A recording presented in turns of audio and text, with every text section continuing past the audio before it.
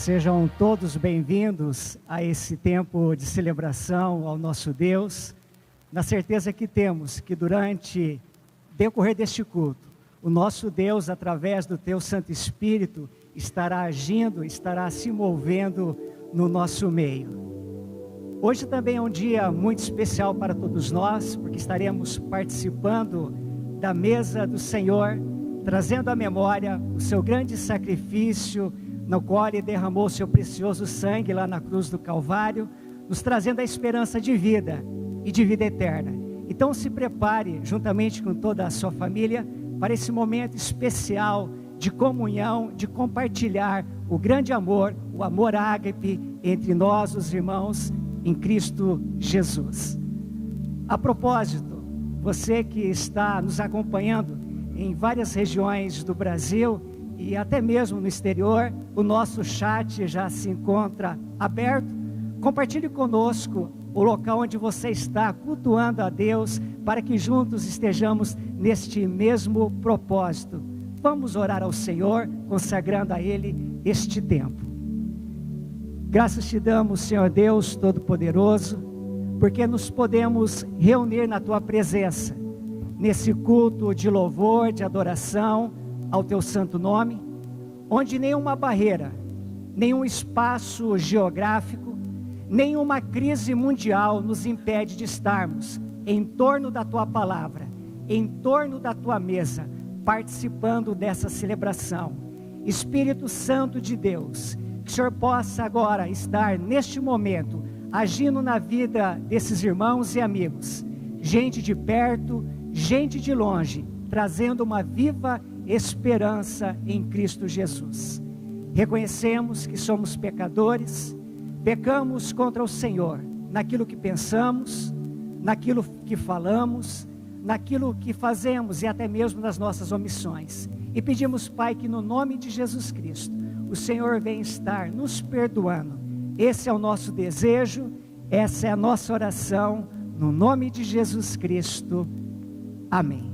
Vamos louvar ao nosso Deus.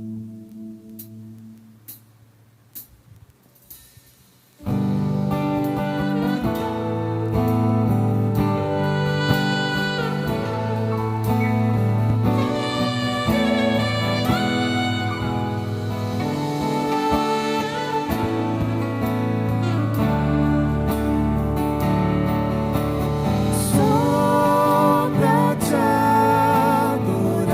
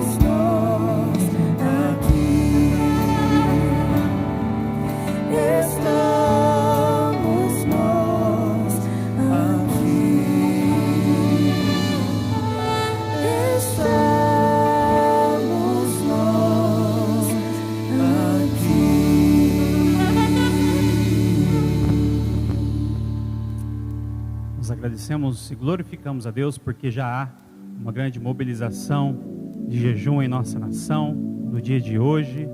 Contudo, a nossa igreja também já tem mobilizado os seus membros para um período de jejum e oração. E você pode participar conosco dessa grande mobilização.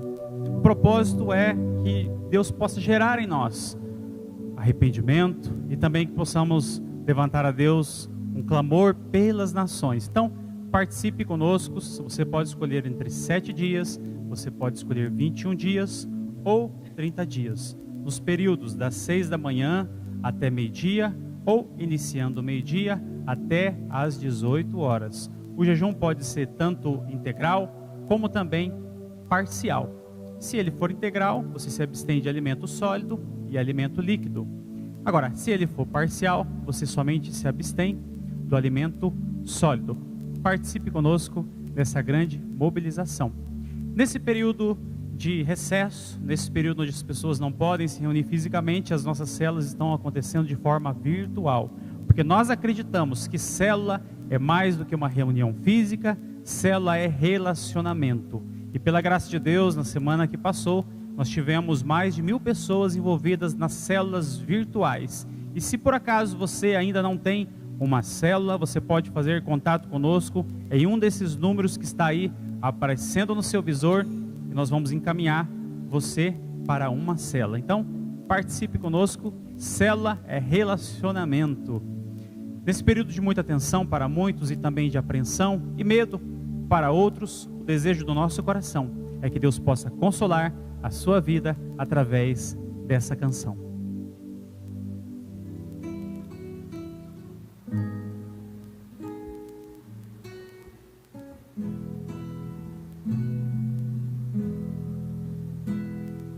Não desanimes, ó coração, Deus velará por ti. Põe tua angústia em sua mão, Deus cuidará de ti. Deus cuidará de ti por toda a vida, na dor, na vida. Sim, não te deixará. Deus cuidará de ti. Nas horas tristes de angústia e dor, Deus cuidará de ti. No doce abrigo do seu amor, Deus cuidará de ti. Deus cuidará de ti. Por toda a vida, na dor, na lida. Sim, não te deixará. Deus cuidará de ti.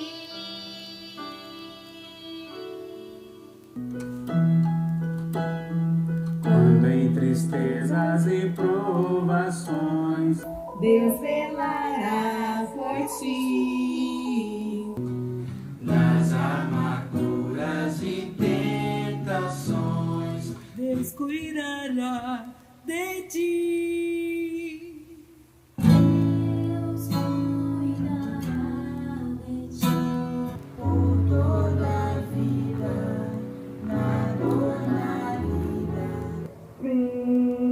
Não te deixará. Deus cuidará de ti. Seus ternos braços te estende, vem. Deus velará por ti. nele acharás teu descanso e bem. Deus cuidará de ti. Deus cuidará de ti. Por toda a vida, na dor, na vida.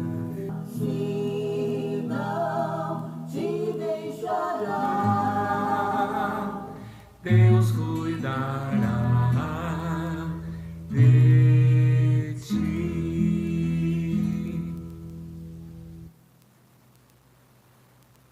E que nesse período de grande turbulência que o nosso mundo está vivendo, Deus nos deixa sim a promessa de que Ele cuidará de nós.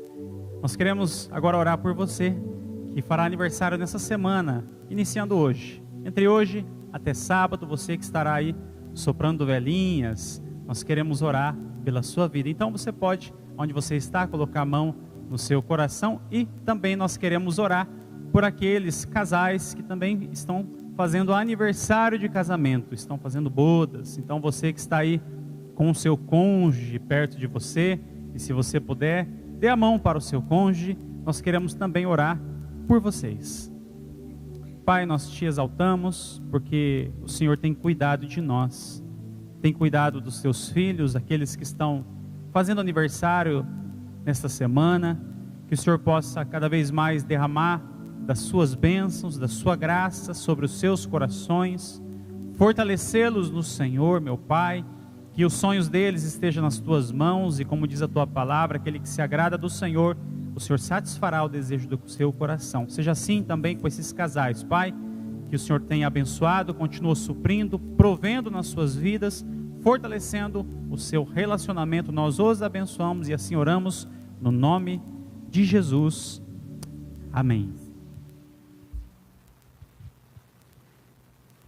Quero compartilhar com os irmãos um texto da palavra do Senhor nosso Deus, que diz assim: cada um contribua segundo tiver proposto no coração, não com tristeza ou por necessidade, porque Deus ama a quem dá com alegria. 2 Coríntios, capítulo 9, o verso de número 7. O apóstolo Paulo, ele trabalha nesse bloco do capítulo 9, uma verdade universal: a lei do plantio, a lei da colheita.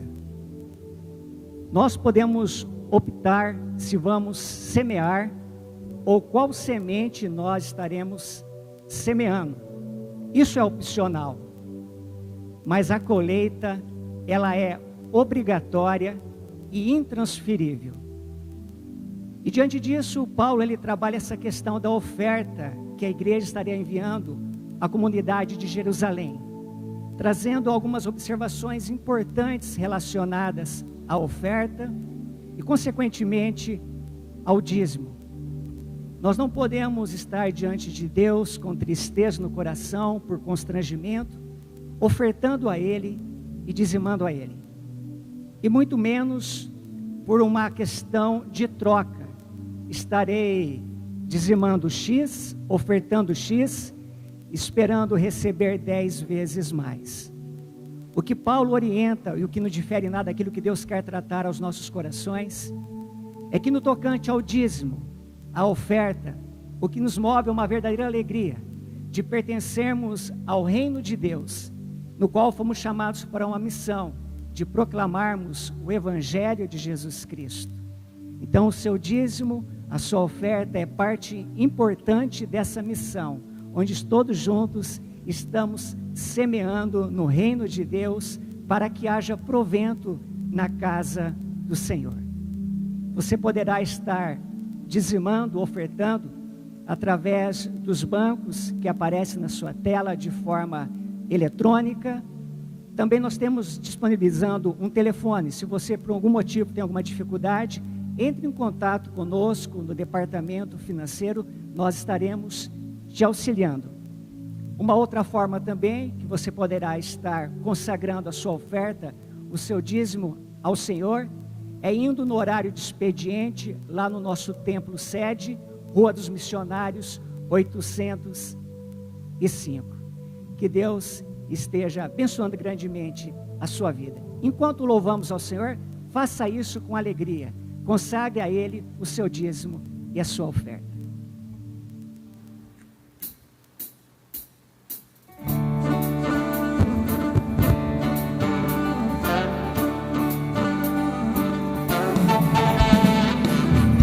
Aos muitos problemas, em meio às lutas sem fim, por entre os muitos dilemas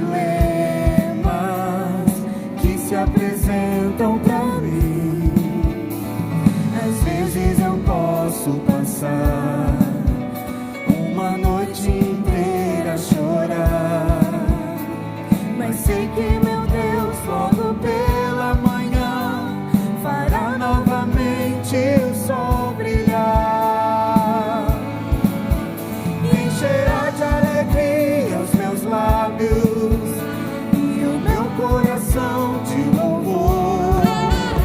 Assim vou descansar, sim, eu vou confiar no seu grande e imenso amor.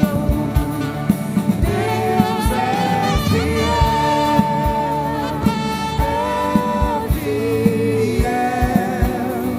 acima de todas as coisas eu sei que meu Deus é fiel. Deus é fiel,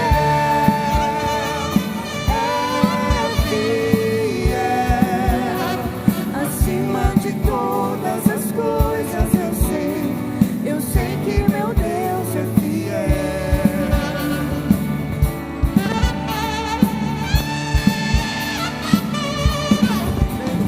Em meio aos muitos problemas, em meio às lutas sem fim, por entre os muitos dilemas que se apresentam pra mim, às vezes eu posso passar uma noite inteira a chorar, mas sei que meu Deus logo pela manhã fará novamente o sol brilhar e encherá de alegria os meus lábios e o meu coração de louvor. Assim vou descansar, sim, eu vou confiar no seu grande e imenso amor. Deus é fiel,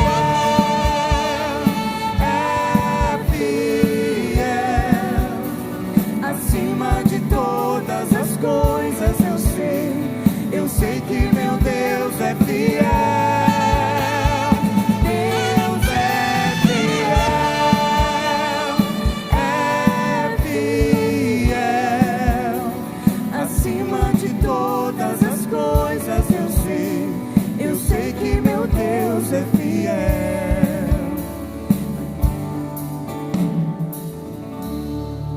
Quero que você declare na sua casa: o nosso Deus é fiel em todas as suas promessas. Ele é fiel quando nós somos fiéis nos nossos dízimos e ofertas. O nosso Deus é fiel quando nós somos justos e obedecemos a sua palavra.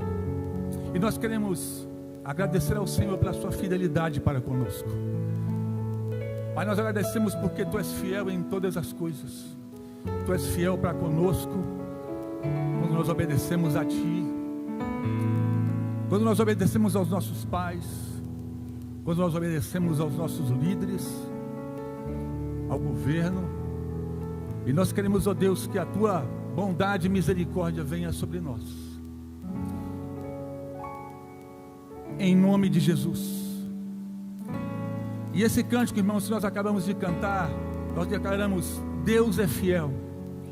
Ele é fiel em todas as suas promessas. E nós vamos cantar isso aqui de novo. Nós vamos declarar assim: Deus é fiel acima das enfermidades, acima das circunstâncias. Vamos declarar isso. Você no seu lar, declare conosco. Acima de todas as coisas, vamos declarar: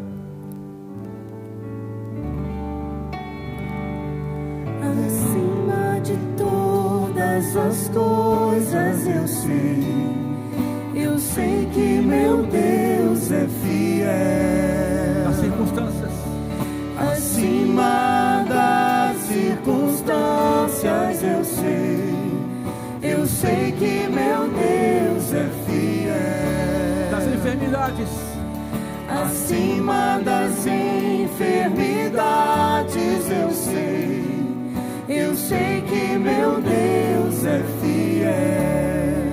as coisas. Acima de todas as coisas eu sei que meu Deus é fiel. Aleluia, aleluia, porque nosso Deus é assim. Glórias a ti, Senhor. Irmãos, essa semana eu estive passando por algumas situações de experiências e eu gostaria de compartilhar isso com você, porque isso está acontecendo em cada uma de nossas casas. Nós estamos ouvindo 1000 vozes por aí, estamos ouvindo vozes de mídia, discussões em família, estamos ouvindo sugestões, estamos ouvindo opiniões, estamos ouvindo pessoas discutindo coisas, deve ser assim, deve ser dessa forma ou da outra, e talvez você está perdendo a sua perspectiva, a sua esperança, e você no recôndito do teu lar, nesse dia eu quero sugerir a você, ouça a voz do Espírito Santo de Deus, ouça a voz da palavra de Deus, vá no seu quarto em silêncio, quando a sua família estiver discutindo coisas que você sabe que não vai trazer solução, entre no seu secreto e ouça a voz de Deus, nas decisões que você tem que tomar, nas atitudes que você tem que ter. E esse cântico diz isso: Senhor, fala comigo, fala através do irmão, fala pela tua palavra, fala no silêncio, mas eu quero ouvir a tua voz, Senhor, eu preciso te ouvir em dias de tribulação, e eu preciso ficar em silêncio para ouvir a tua voz. Portanto, Senhor, eu quero me calar, e eu quero esperar, e que meus ouvidos ouçam a tua voz. Eu quero convidar você, meu irmão, em casa, fique de pé nessa hora. Quantas vezes nós temos estado nessa plataforma e temos dito: sejamos proféticos, vamos ser proféticos. Pois nós vamos ser assim. Fique em pé na sua casa nessa hora e nós vamos cantar juntos esse cântico que diz: fala comigo, Senhor, fala pela tua palavra, eu preciso te ouvir. Vamos juntos cantar, irmãos. Fala comigo, fala, Senhor,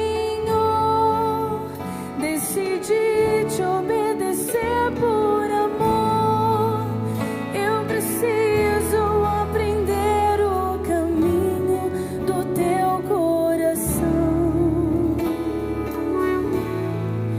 Fala comigo como um pastor que conduz o seu rebanho, eu desconheço outra voz que não venha de ti.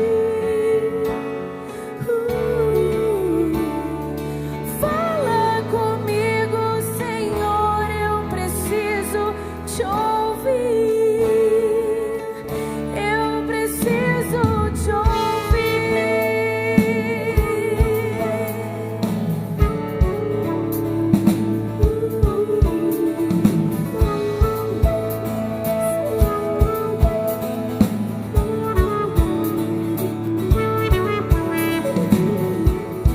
Sei que me falas através de um irmão,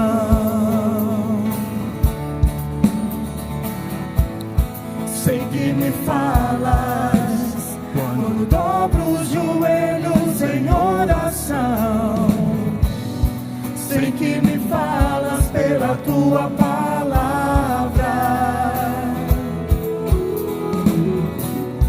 falas comigo até quando te calas,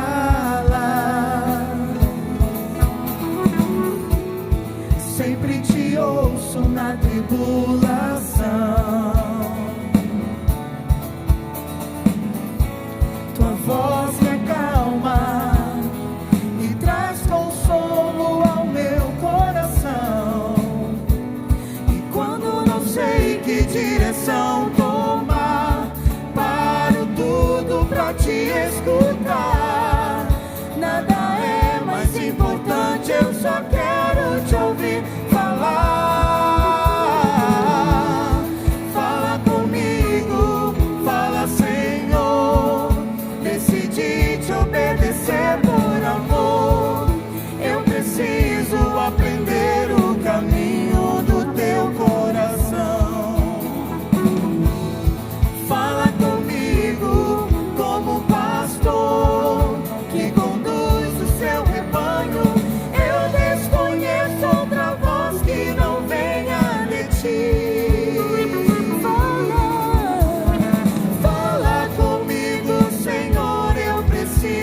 te ouvir.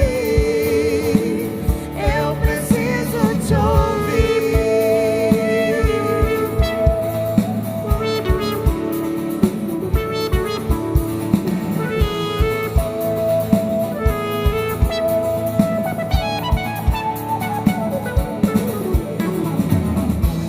Sempre te ouço na tribulação.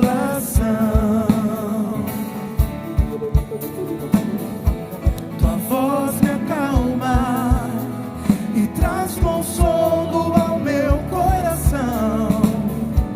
E quando não sei que direção tomar, paro tudo pra te escutar. Nada é mais importante, eu só quero te ouvir falar. Fala comigo, fala, Senhor. Decidi te obedecer por amor.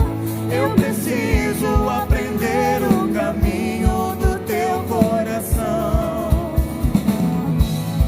Fala comigo como pastor que conduz o seu rebanho. Eu desconheço outra voz que não venha de ti. Fala comigo, Senhor, eu preciso te ouvir. Eu preciso te ouvir. Fala, Senhor, decidi te obedecer por amor. Eu preciso aprender o caminho do teu coração. Fala comigo como pastor que conduz o seu rebanho. Eu desconheço outra voz que não venha de ti. Fala comigo, Senhor, eu preciso te ouvir. Eu preciso te ouvir.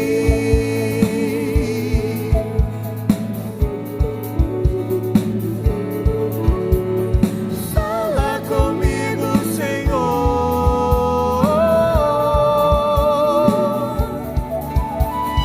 Fala comigo, Senhor.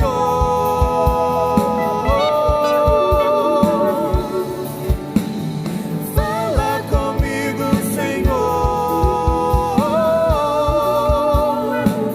Eu preciso te ouvir.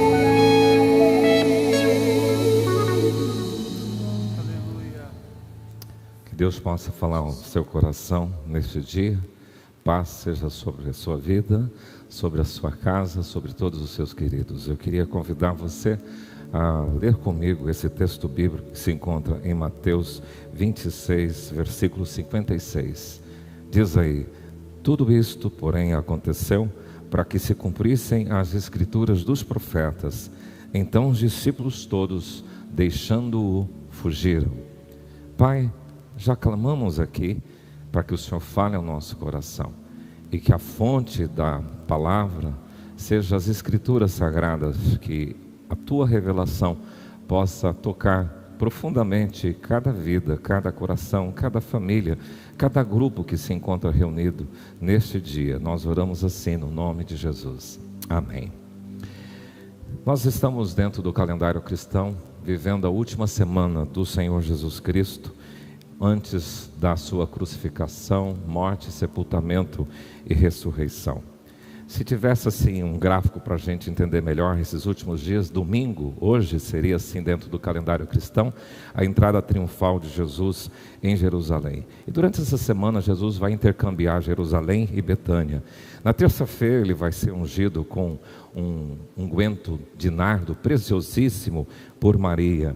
Na quinta-feira ele participa da ceia, na sexta é seu julgamento e a sua crucificação e morte e sepultamento. E no domingo a sua ressurreição. Nós estamos vivendo o que eu diria então o clima da Páscoa. Esse texto declara tudo isto, quer dizer, os eventos terríveis da paixão de Jesus, cada detalhe, o requinte de crueldade com o Filho de Deus, como uma advertência. Tudo isto, porém, a ideia de que destaca-se o motivo da morte de Jesus, não foi vão, tinha um propósito, era uma profecia. Tudo isso aconteceu, conforme Mateus destaca, e novamente usando aquela palavra ginomai, acontecer, descambar, aproximar, chegar. Chegou o momento e que a Escritura toda, todas as Escrituras e profetas declarando as suas profecias se cumpriram. E eu queria pensar nesta Páscoa em 3 momentos interessantes, porque quando a gente vai lá para Êxodo 12, você vai descobrir que naquela noite haveria a libertação da escravidão do Egito, e cada família, se fosse pequena, tinha que juntar com o vizinho. Eles deveriam sacrificar um cordeirinho que estava ali com eles há 14 dias, e esse sangue deveria ser ungir os umbrais das casas, pintar os umbrais das casas, porque naquela noite o vingador viria. Então nessa Páscoa, a primeira Páscoa na instituição, já teve uma praga, e somente aquelas casas cujos umbrais estavam pintadas não sofreria o dano pelo destruidor dos primogênitos, seja de pessoas e seja de animais. A Páscoa que Jesus está aqui no cenáculo também está acontecendo no momento assim que o Cordeiro, ao vivo e ao cores, vai se manifestar como aquele que foi levado para o matadouro, como o profeta Isaías 53, no capítulo 53 descreve. Então eles estão vivendo esse momento. E curiosamente hoje nós estamos vivendo a véspera da Páscoa e experimentando uma pandemia, e aqui cabe a gente pensar se nós estamos com esse umbral da nossa casa, com o sangue de Jesus protegendo e nos guardando. Então o clima desses 3 episódios eram distintos, mas o clima que normalmente nós encontramos na semana que antecede a Páscoa é bem diferente. Nós temos o feriado denominado Semana Santa, as pessoas aproveitam para descansar, para viajar, para se retirar. Também é um período de boas vendas para o comércio, as pessoas aproveitam. Os piscicultores têm a sua parte importante de produção consumida. No lago da nossa cidade tinha aqueles eventos de pesca. Nos supermercados tem as prateleiras bonitas com chocolates, com ovos. E a Páscoa tem sido trabalhada assim, e a culinária também das pessoas muda nessa semana, uma ênfase maior no peixe. E não podemos deixar de esquecer como é que seria a nossa véspera como igreja de Páscoa, nos preparativos para o nosso musical que aconteceria na semana que vem, os nossos teatros, a música, a coreografia e uma festa só. Esse seria o clima de Páscoa, mas como é que está sendo então o clima de Páscoa, ou da Páscoa que nós estamos vendo hoje? Eu queria pensar com você nesse dia sobre 3 situações distintas em climas diferentes da Páscoa. Pensar sobre a sociedade que envolve o povo, a sociedade que envolve os religiosos, a sociedade que envolve as autoridades. Depois eu quero pensar nos discípulos de Jesus, como é que eles estavam vivenciando nessa semana que antecedia a Páscoa. E depois eu quero pensar no próprio Messias, como ele estava por dentro nesse clima de Páscoa. Vamos começar com a sociedade. Interessante que podemos declarar a sociedade aqui como o povo de forma geral, os religiosos e todas as autoridades.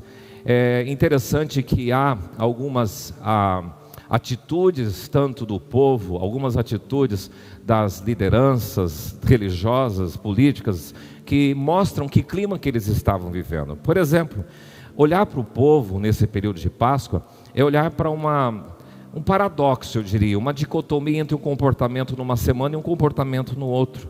Por exemplo, eles viviam subjugados do Império Romano, mas Israel era uma cidade, Jerusalém era uma cidade festiva em Israel, e eles fluíam para as festas, o templo cheio. Então esse período, o clima era de celebração, era um clima onde eles estariam comemorando a Páscoa, recebendo na cidade gente de todos os lugares, de todas as nações, e eles estavam nessa euforia. Quando Jesus entra em Jerusalém, qual era a declaração do povo? Hosana, bendito que vem em nome do Senhor. E eles fizeram isso com palmas, colocando os seus vestidos na entrada de Jerusalém, e foi uma coisa bonita. Imaginam essa cena naquele momento, seria algo muito lindo. Porém, passa-se uma semana, nem uma semana, 6 dias eu diria. Na sexta-feira, esse mesmo povo que no domingo dizia Hosana, bendito é o que vem em nome do Senhor, ele está gritando: crucifica-o, crucifica-o, crucifica-o. O clima que eu percebo aqui na sociedade relacionado ao povo é da volatilidade. É um clima em que as pessoas mudam muito rapidamente. As pessoas são volúveis, elas não são firmes. O povo se comporta desta forma. Isso é muito triste, porque se no primeiro é de boas-vindas, o segundo momento é de condenação. Se o primeiro é de aproximação, o segundo é de hostilidade. Se o primeiro é de bênção, bendito é o que vem, o segundo é de maldição, crucifica, morte. Se o primeiro é no domingo, o segundo na sexta, apenas 6 dias depois, mostra quão rapidamente as pessoas mudam. Esse é um sintoma percebido nas massas, no povo de forma geral, em todas as épocas, em todos os lugares. Um comportamento volátil, volúvel, inconstante, instável, inseguro e oscilante.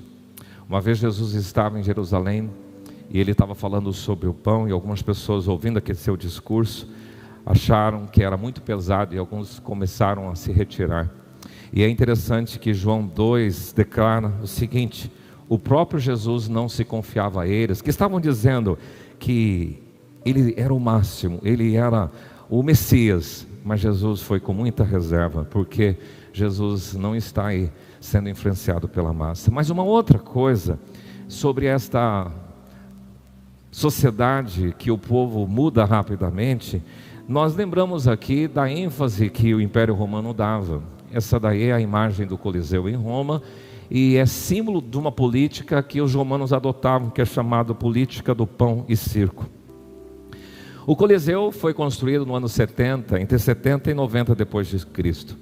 Neste lugar, que hoje ainda é ruína, mas é um lugar muito bonito, comportava 50 mil pessoas, 176 shows, 170 jogos realizavam durante um ano. A ideia, a solução que eles tinham era de trazer um entretenimento para as pessoas, para que o povo se distanciasse dos problemas mais cruciais e ficassem atrelados com a distração, com o entretenimento. É uma solução, uma sacada inteligente dos imperadores. Mas parece que esse clima do povo ainda continua, porque o pão e circo, essa política do pão e circo ainda é permanente, porque as pessoas trabalham e não vê a hora de chegar no final de semana, assar sua carninha, e aquelas pessoas mais adadas às situações da vida, aquela cervejinha gelada, e você percebe que as pessoas ainda gostam do entretenimento com pão e circo, porque os times, os estádios, as arenas, as torcidas da vida estão lotadas, as competições, as pessoas aficionadas com isso.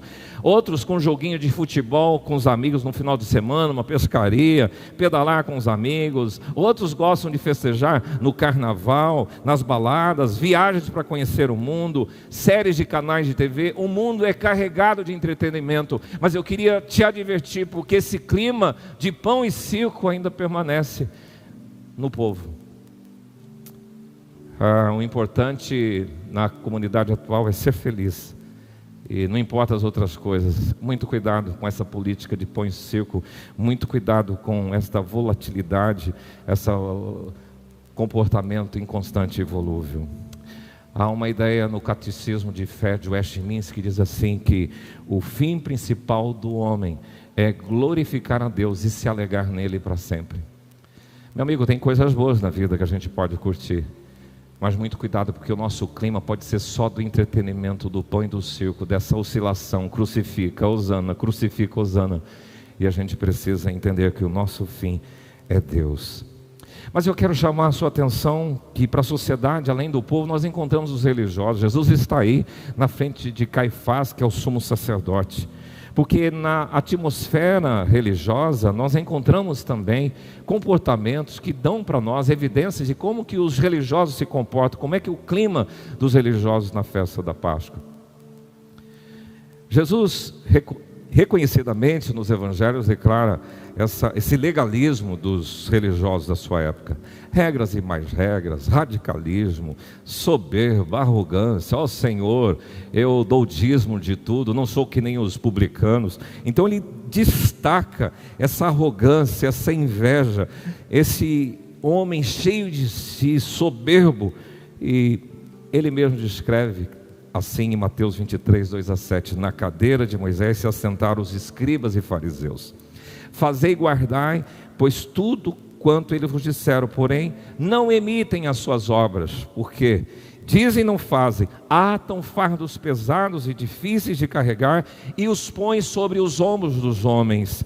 Entretanto, eles mesmos nem que o dedo conseguem, querem movê-los. Praticam, porém, todas as suas obras com o fim de serem vistos pelas pessoas, pelos homens. Alargam os seus filactérios e as suas franjas. Amam o primeiro lugar nos banquetes e as primeiras cadeiras nas sinagogas, as saudações nas praças e os serem chamados mestres dos homens. A estrutura da religião era centralizada no sábado, no templo e na lei. E eles perderam as coisas mais essenciais. Era uma estrutura religiosa fragmentada. Você pode perceber que tinha os sacerdotes, os saduceus, os fariseus, os herodianos, os essênios, tinha os escribas, e no viés político também, zelotes, os publicanos e os samaritanos. A Jerusalém mata muito profeta.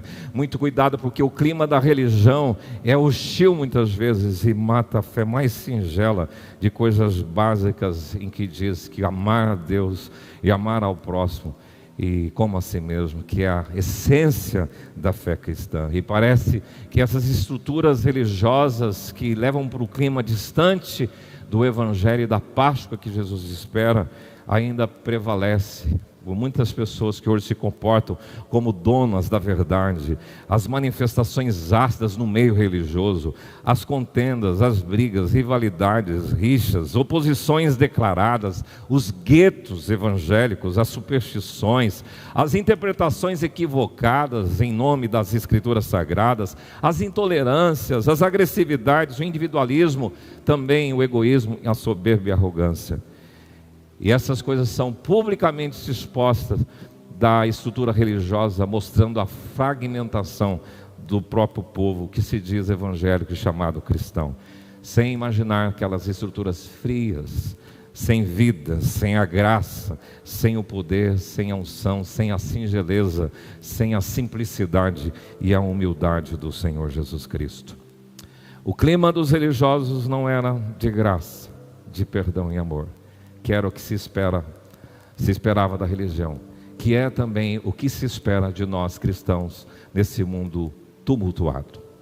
Mas tem aí também as autoridades. Se na sociedade nós temos o povo, os religiosos, tem as autoridades e os protagonistas principais desse grupo, aqui na época da Páscoa de Jesus, são Pilatos e o rei Herodes.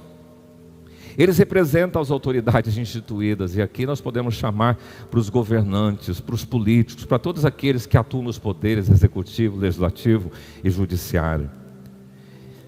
Mas se você já leu um pouquinho da história, você vai entrar dentro dos bastidores de Roma e perceber muita podridão, muita imoralidade, muita corrupção, muita manobra, muitas brigas por poder. Por exemplo, lendo um pouquinho sobre a história de Pilatos, que a gente pode encontrar aí, Pilatos, ele é um governador colocado ali naquela região por Roma, mas as ações que ele desenvolveu naquele lugar trouxe certos anteparos com relação ao povo. O povo não gostava de Pilatos. Na história se registra algumas medidas que ele tomou antipáticas, que distanciou, e todo o governador que estava no lugar, ele tinha que equalizar para que aquelas notícias fossem levadas de forma muito positiva para Roma. Então, como Jerusalém, a base próxima a quem Pilatos tinha que prestar contas era Cesareia e Cesareia Roma, as informações sobre Pilatos não eram muito positivas sobre a forma como as coisas aconteciam ali. E chegou uma hora então de Pilatos trabalhar essa situação de forma política. Falou: agora eu quero fazer uma média com o povo. E nesse julgamento de Jesus, o comportamento político, apesar da advertência da sua esposa, cuidado com esse julgamento desse homem, tive um sonho, mas Pilatos, ele lavou as mãos porque ele quis ser agradável com as questões políticas e de alguma forma trazer os judeus para terem uma visão mais diplomática com ele. Então mostra que o clima dessas pessoas era um clima de interesse, era um clima de política, era um clima de jogo sujo, de tentar harmonizar as coisas. E Herodes, que é filho do Herodes o Grande, e aqui nós estamos falando de Herodes Antipas, ele vem de uma sucessão familiar delicada. Por exemplo, o seu pai tinha mandado matar todos os pequenininhos lá de Belém. Você conhece essa história? É Herodes Antipas que vai mandar matar João Batista, que havia colocado o dedo no seu nariz, dizendo: olha, assim você está em pecado, você está com a mulher do seu irmão, e isso é pecado diante da lei do Senhor. E acabou acontecendo com o sacrifício de João Batista. E Herodes Antipas também tinha um atrito, uma arengazinha com Pôncio Pilatos. E quando você olha em Lucas 23, 8-11, nós encontramos a narrativa dizendo assim: Herodes, vendo a Jesus sobremaneira, se alegrou, pois havia muito queria vê-lo, por ter ouvido falar a seu respeito, e esperava também vê-lo fazer algum sinal, e muitos modos o interrogava. Jesus, porém, nada respondia a Herodes. Os principais sacerdotes e escribas ali presentes o acusavam com grande veemência, mas Herodes, juntamente com os da sua guarda, tratou-o com desprezo, e escarnecendo dele, fê-lo vestir de um manto aparatoso e o devolveu a Pilatos. E olha só, naquele mesmo dia, Herodes e Pilatos fizeram as pazes, se reconciliaram. Qual era o clima para Pilatos? Qual era o clima para Herodes? Várias profecias já haviam sido declaradas como é que as autoridades reagiriam com o Filho de Deus, com o Messias. Salmo 2:2 diz: os reis da terra se levantam e os príncipes conspiram contra o Senhor e contra o seu ungido. Parece que as coisas não mudaram muito nos nossos dias, não é verdade?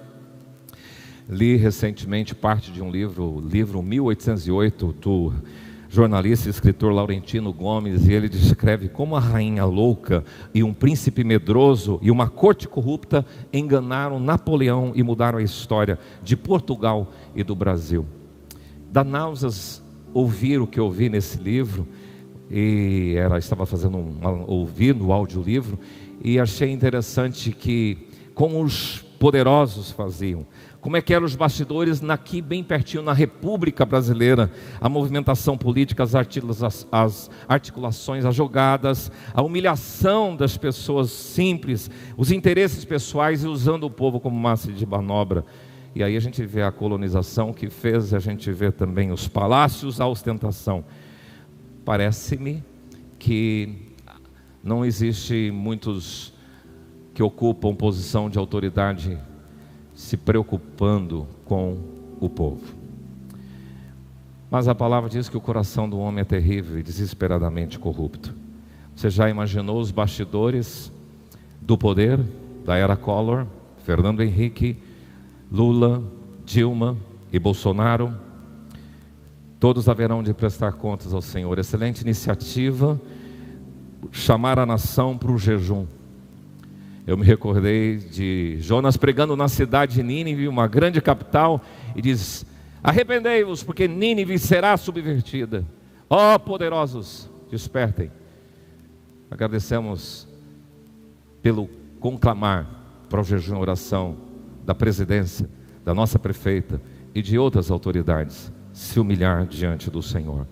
Esse é o clima que deveríamos nós ter. Bom, se olhamos no cenário externo, como é que estava o clima olhando na perspectiva dos discípulos? Porque o texto de Mateus 26, 56 diz: então os discípulos todos, deixando-o, fugiram. Lembrem-se que foi uma semana intensa, Foi uma imersão total de Jesus com seus discípulos nessa última semana. Jerusalém, templo, Betânia. E esse vai e vem diante de todas as situações de festa e os preparativos para a Páscoa. Mas Jesus desenvolveu uma pedagogia de treinamento que é do discipulado. De estar com o seu aprendiz, com o seu pupilo, com o seu aluno. De ter um seguidor e o mestre compartilhando, o rabi, o rabino. E na história judaica nós temos o rabino e o talmidim, o mestre e o discípulo. E aqui, para a gente pensar nesse clima de forma bem objetiva, tem 3 ambientes que caracterizam o clima que os discípulos viviam. O primeiro ambiente, para mim, é o ambiente de Betânia. Foi em Betânia que Jesus ressuscitou um homem chamado Lázaro. Era em Betânia que morava esta família de Marta, Maria e Lázaro. Era em Betânia que Jesus gostava de estar, uma casa gostosa, amistosa. E a gente pode descrever que nessa última semana de Jesus, às noites, ele repousava em Betânia. Se você olhar para o texto de Marcos 11, você vai descobrir com detalhes isso, que durante o dia em Jerusalém, durante a noite em Betânia. Qual era o clima? O clima é que lá em casa, Jesus está com seus amigos. O clima de que lá em casa, ele se sente à vontade.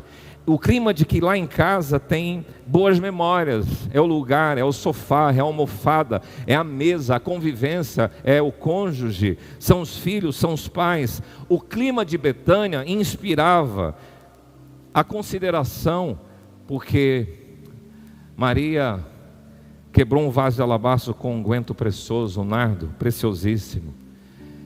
Memórias da ressurreição, do poder da ressurreição. O clima de Betânia é um clima de entrelaçamento, de relacionamentos, de amizade, de carinho e afago. Esse era o clima que os discípulos estavam vivendo nessa última semana. Mas o segundo cenário é o cenário do cenáculo, onde Pedro e João tiveram que ir para preparar esse ambiente, preparar o cordeiro, para que à noite Jesus com seus 12 estivessem reunidos para participar da Páscoa judaica. E eu queria dizer que o cenáculo traz um clima de despojamento. Jesus, pelo seu comportamento, estava ensinando os seus discípulos. Lembra? Manjedoura de Jesus era emprestado. O barco que ele usava para evangelização ali na Galileia era emprestado.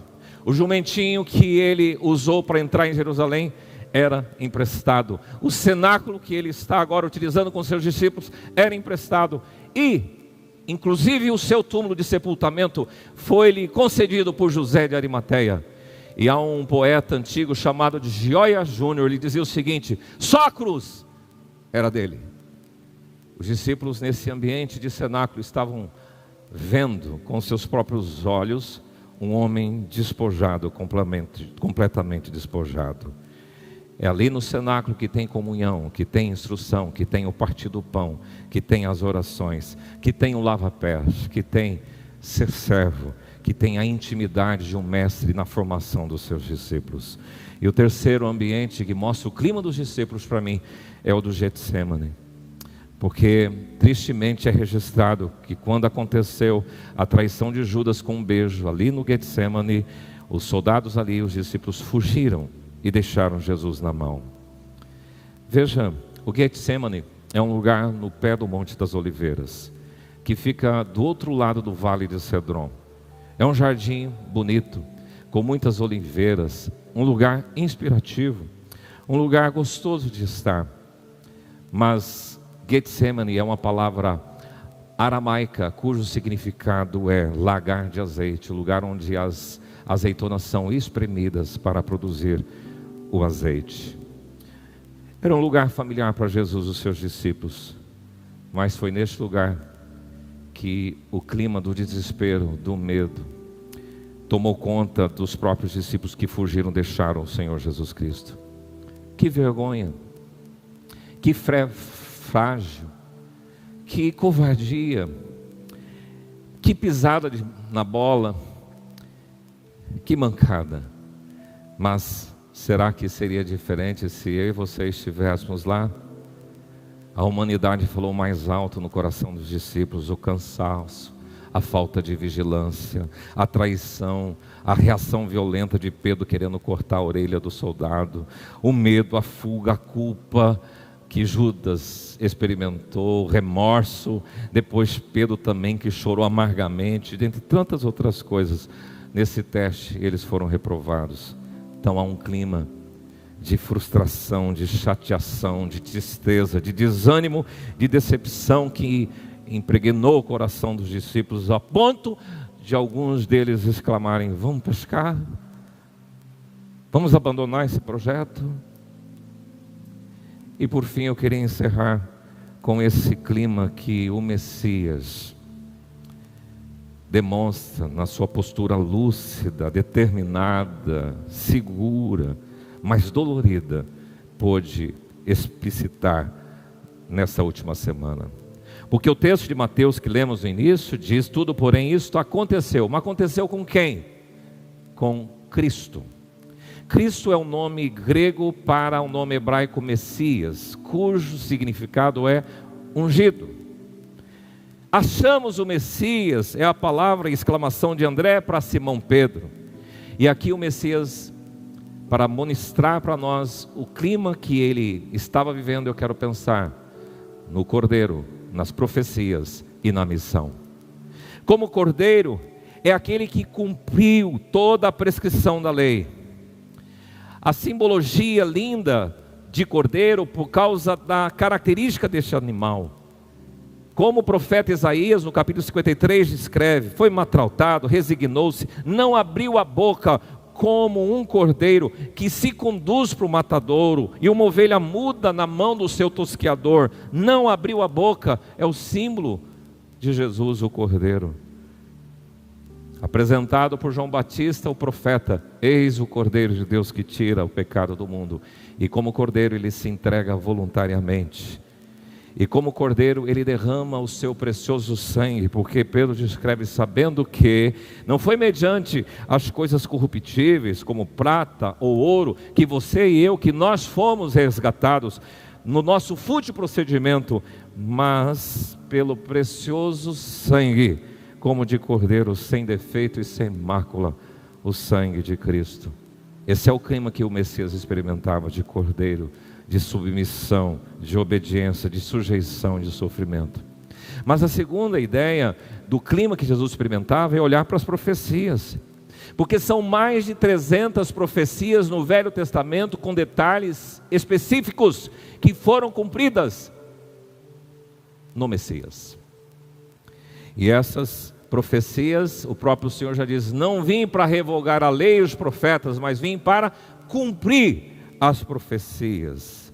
Então o clima que Jesus experimentava nesta véspera de Páscoa era um clima profético. No período atual, nós estamos vivendo uma véspera de Páscoa, e seria desafiador para você pensar num clima profético, diante de todos os sinais que estamos vendo em todo o mundo, diante da decadência moral do homem, diante da perniciosidade, da corrupção, diante de tantas coisas absurdas que vimos. São sinais evidentes da volta do Senhor Jesus Cristo. Viva esta Páscoa com o clima profético. E a terceira atuação do Senhor Jesus tem a ver com a sua missão, como Cordeiro, como profeta e como missão. Na missão ele deixa estampado e claro a todos os seus ouvintes: eu desci do céu não para fazer a minha própria vontade, e sim a vontade daquele que me enviou.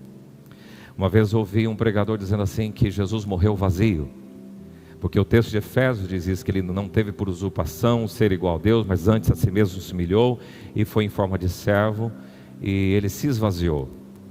Que é isso, morrer vazio? Tudo que Deus tem para realizar na sua vida, enquanto Ele tiver fôlego, faça, conclua, cumpra cabalmente o seu chamado, o seu ministério.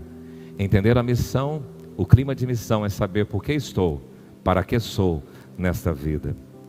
Pois bem, o Jesus na cruz disse: está consumado. E é isso que vamos celebrar nessa próxima semana. Ele abalou o universo, Ele produziu transformações cósmicas. Este é o Cordeiro, esse é aquele que esteve cumprindo as profecias, esse é aquele que teve uma visão. Pois é, qual é o clima de Páscoa que você está vivendo? Como está o clima na sua casa, no seu coração, para celebrar essa Páscoa na semana que vem? Quantas coisas não aconteceram nessa semana antes que a Páscoa fosse real para Jesus? Olha para a sociedade, povo, religiosos, autoridades. Crucifica-o, Hosana, povo. Cuidado com esse comportamento inconstante. É um chamado à sobriedade. Viva com critério, viva com sobriedade. Religiosos, cuidado, porque muitas vezes estamos abrindo mão da essência da graça e do amor, do perdão, que Jesus tanto ensinou. E vivemos as nossas estruturas engessadas e totalmente fragmentadas e dizemos ser povo de Deus. Autoridades, sejam humildes diante do Senhor. Pilatos teve a oportunidade de estar na frente daquele que é a verdade. E ele mesmo perguntou para Jesus: que é a verdade? Por favor, humilhe-se diante do Senhor, Deus da glória. Aproveite esse dia de jejum nacional. Agora, como discípulo de Jesus, você, meu irmão, olha para Betânia, olha para o cenáculo, olha para Getsemane. Betânia é um lugar de amigos, um lugar da casa gostosa. O cenáculo, um lugar de intimidade com o mestre, de aprendizado, de ser servo. E no Getsemane o esmagamento. E quando vierem as duras provas, por favor, não fuja. Enfrente como um discípulo resignado, submisso. Jesus é o exemplo maior de um clima, do servo sofredor, do cordeiro que deu a sua vida, daquele que cumpriu a profecia e vivia o clima das profecias. Viva o clima das profecias nesse ambiente de pandemia. E Jesus é aquele também que nessa projeção de missão ele cumpriu cabalmente o seu chamado, o seu ministério. Quero orar com você, Pai. Aqui está cada um de nós na tua presença. Eu quero dizer que se não estamos humildes, precisávamos estar. Se não estamos mais quietos, precisávamos estar. Queremos nos esvaziar de nós mesmos e pedir que o Senhor traga um clima diferente para cada coração. Outros anos, esse clima seria de outra forma celebrado, mas esse ano o Senhor, de propósito, está nos permitindo ser mais introspectivos, estarmos reclusos e olhando para dentro do nosso coração. Que seja assim, em nome de Jesus. Amém. Digno é o Cordeiro que foi morto, santo, santo Ele é. Alala. Um novo cântico ao que se assenta sobre o trono do céu.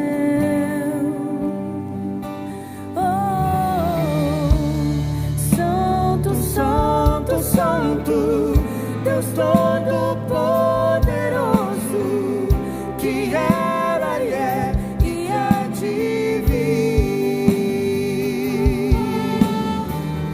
Com a criação eu canto louvores ao Rei dos Reis.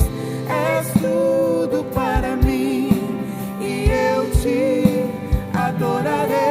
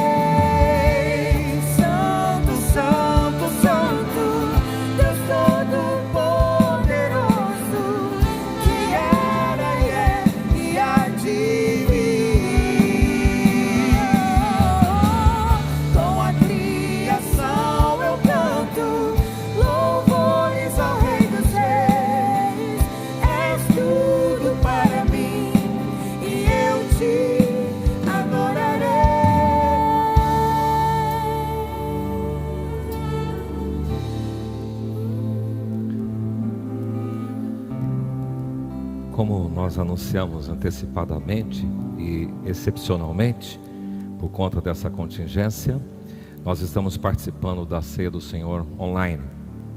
Espero que na sua casa o pão e o cálice estejam preparados e podem participar deste momento todos aqueles que já têm um compromisso de aliança com o Senhor Jesus Cristo e que esteja em comunhão com Ele, seja de nossa denominação ou de outra denominação, e os filhos daqueles pais que têm essa aliança e são filhos batizados podem participar dessa ceia.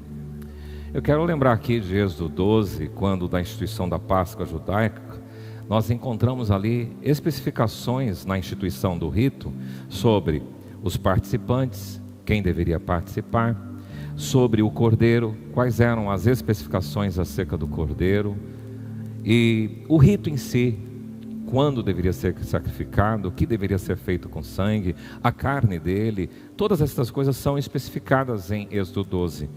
E sobre a forma também da participação, as pessoas deviam se portar, se vestir, se arrumar para participar daquele momento. Mas no versículo 11, e eu queria destacar isso, e vai aparecer na sua tela, o versículo de Êxodo 12, 11. Diz lá: desta maneira o comereis, lombos cingidos, sandálias nos pés e cajados na mão, comê-lo-eis à pressa, é a Páscoa do Senhor. Veja o que diz esse versículo aí, de Êxodo 12, 11. A ideia é esta, com 3 aspectos de destaque que eu queria salientar: lombos cingidos, sandálias nos pés e cajado na mão. Aquela noite seria singular para todos os hebreus. Foram alguns anos, mais de 400 anos no Egito, e agora, saindo daquela escravidão, naquela noite, depois que esses umbrais pintados com sangue do cordeiro, eles deveriam comer, ter um jantar com as famílias reunidas ali. E eles não deveriam dormir, deviam participar dos pães com ervas amargas, são chamados pães asmos. E interessante esta forma: lombo cingido, cinto, porque normalmente a gente usa as roupas largas, tranquilas, soltas, mas o lombo cingido significa preparo, e você é convidado a participar nesta hora da ceia do Senhor de forma preparada, sabendo o que você está fazendo, de forma a participar confiante no sacrifício de Jesus. Mas a outra recomendação é que você esteja com sandálias nos pés. A sandália não se usa em casa. Normalmente as pessoas só colocavam sandálias para saírem para a rua, para evitar a contaminação. E isso chama você e a mim para uma vida de santidade, de sandálias nos pés. É interessante que diante do mundo você tem que usar as sandálias, mas diante de Deus você tem que tirar as sandálias, diante do Deus Santo que nós temos. E a terceira coisa que a Néia está segurando aqui é esse cajado, o cajado na mão, que significa para nós o apoio, que significa a graça do Senhor Jesus Cristo, que sempre nos acompanha. Participe então desta solenidade, desse rito, pensando: lombos cingidos, sandálias nos pés, cajado na mão, a graça do Senhor Jesus Cristo. Vamos orar neste momento. Curve a sua fronte, vamos orar.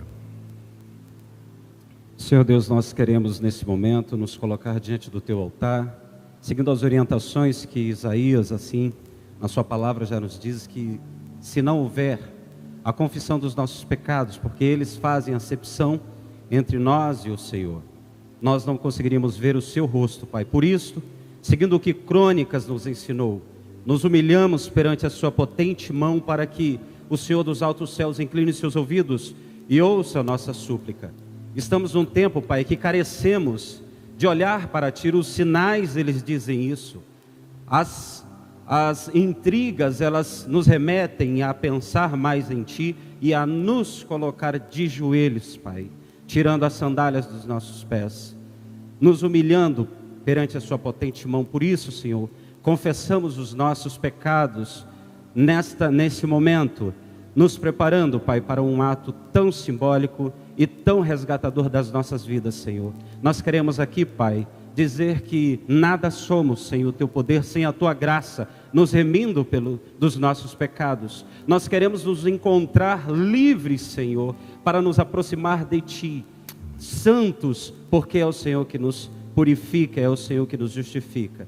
Dessa forma, Senhor, confessamos os nossos pecados, entregamos os nossos pecados diante do Teu altar, Senhor, descalços, despidos, Senhor, de quem nós somos, a fim de encontrar remissão no Teu amor, na Tua graça. Assim o fazemos, Pai, em nome de Jesus. Amém. Amém. Amém. No cenáculo, Jesus com seus discípulos, ele tomou o pão, repartiu ou partiu e disse: "Isto é meu corpo que é partido por vós, que é dado por vós. Fazei isto em memória de mim." Peço que vocês e seus familiares neste momento participem do pão, comam do pão neste momento, como estamos fazendo aqui.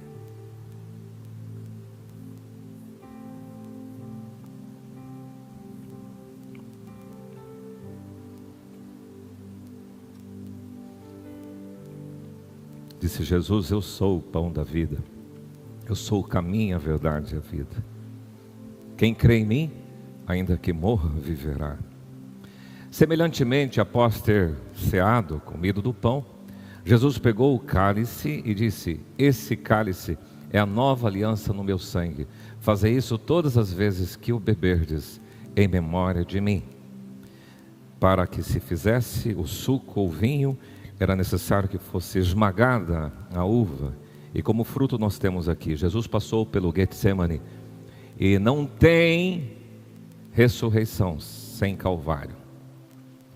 Não tem o domingo da ressurreição sem a sexta-feira cruel. Possamos neste momento, participando do cálice, renovarmos, reafirmarmos a nossa aliança com Jesus. Bebamos, portanto, do cálice.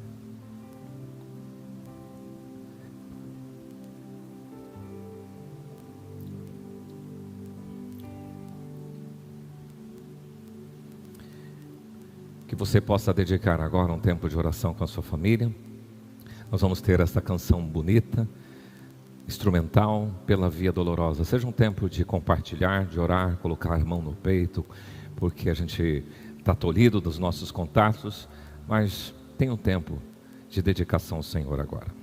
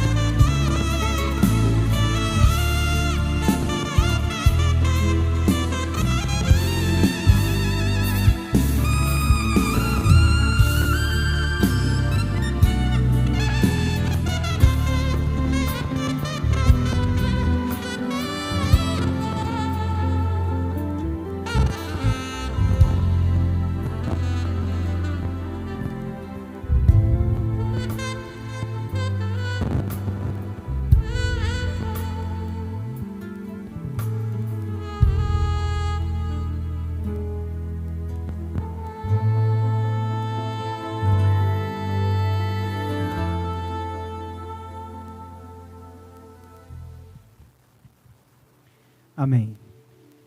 Nós queremos agradecer a sua participação neste culto. Que bom que você esteve conosco aí, a sua casa, acompanhando. E eu tenho certeza que a palavra do Senhor lançada no teu coração vai dar muitos frutos nessa semana. Esteja fortalecido no Senhor em nome de Jesus. Eu quero te lembrar das nossas programações. Nesta terça, nós temos a Terça da Esperança às 20 horas, ao vivo. E no próximo domingo, se Deus assim nos permitir, nós estaremos juntos virtualmente às 9h30, o culto ao vivo, e a retransmissão às 19h15.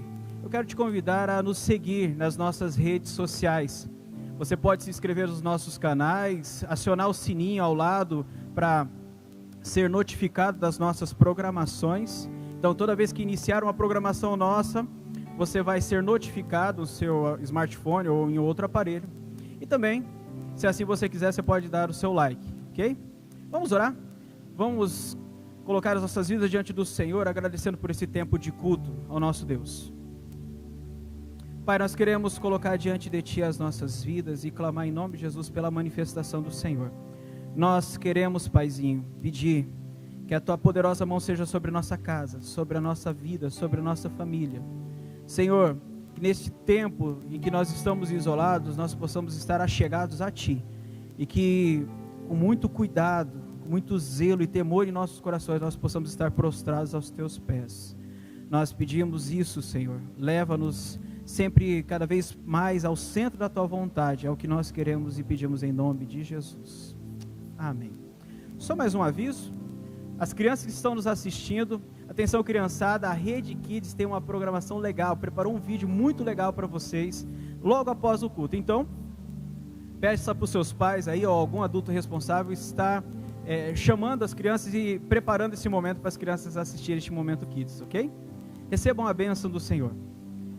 Que a graça do Senhor Jesus, o amor de Deus o Pai, a comunhão e a consolação do Espírito Santo seja sobre a sua vida, sobre a sua casa, sobre a sua família, hoje e para todos sempre. Você pode repetir comigo? Amém. Amém. Deus te abençoe e te dê uma semana de vitória em nome de Jesus. Santo, Santo, Santo, Deus Todo-Poderoso, que era e é e há de vir. Com a criação eu canto louvores ao Rei dos Reis. És tudo para mim e eu te adorarei. Santo, Santo, Santo, Deus Todo-Poderoso, que era e é e há de vir. Com a criação eu canto louvores ao Rei dos Reis. És tudo para mim e eu te adorarei.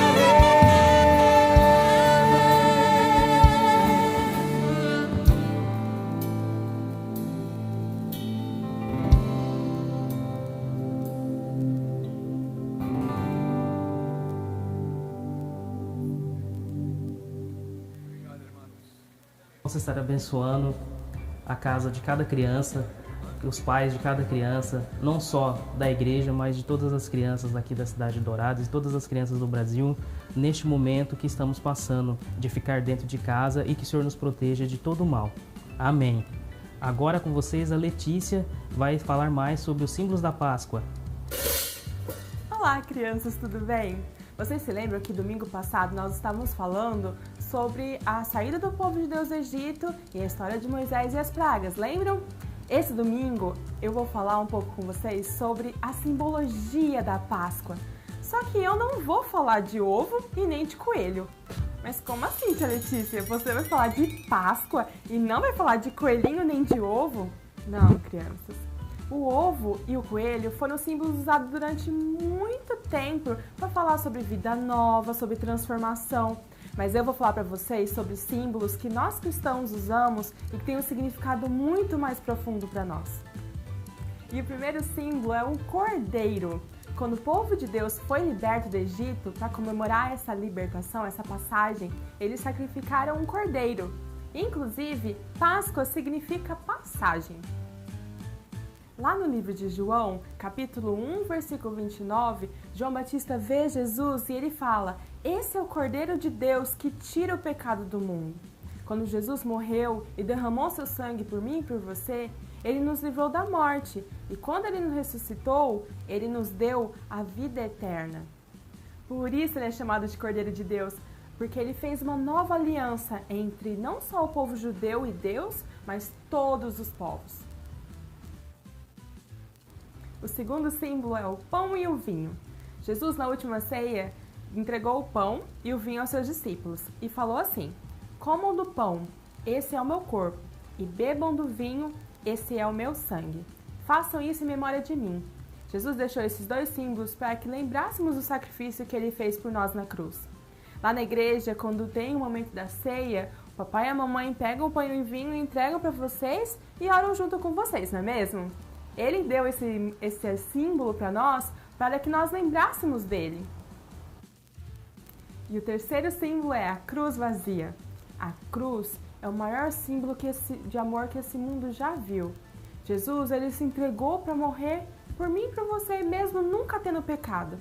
E ele foi morto, sepultado, mas ele não está morto, ele está vivo lá no céu, e um dia ele vai voltar para nos buscar. Não é a notícia mais maravilhosa que a gente pode ter?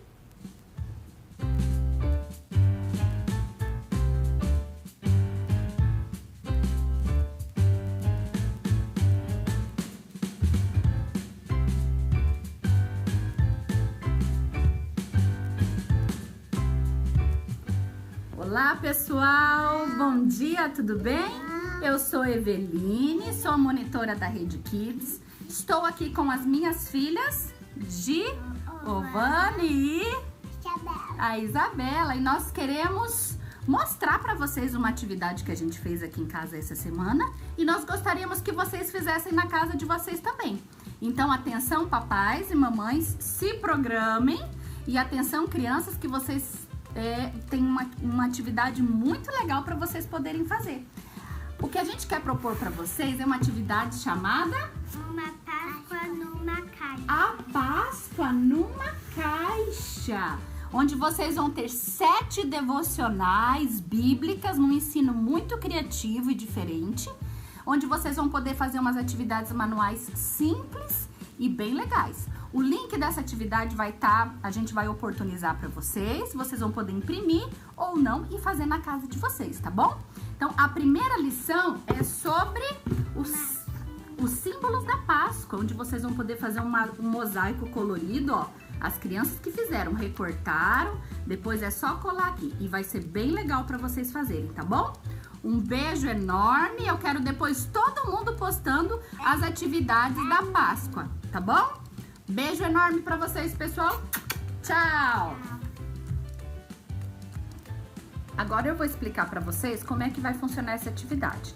A Páscoa numa Caixa nada mais é que 7 dias de devocionais diários, na qual as crianças vão fazendo as devocionais bíblicas, um ensino da palavra de Deus bem criativo, e elas vão fazendo atividades manuais. E essas atividades manuais, as crianças vão fazendo e colocando aqui nessa caixa. Então, uma caixinha de sapato qualquer da casa de vocês, onde as crianças vão a cada dia fazendo atividade. Então, as primeiras é o povo hebreu escravo de Faraó, são 3 lições do Velho Testamento. A última praga, a morte dos primogênitos, e somos pecadores. Em seguida vem a entrada triunfal de Jesus, a ceia, a última ceia de Jesus, a crucificação, que é o que vocês vão fazer hoje. Olha lá que legal, um mosaico bem colorido. E a última lição, que é a ressurreição de Jesus. Olha lá que bacana, tá bom? Papais, ajudem as crianças a fazerem essas atividades com os recursos que você tem em casa. Bem legal. Deus abençoe, que vocês tenham uma semana abençoada na presença de Deus.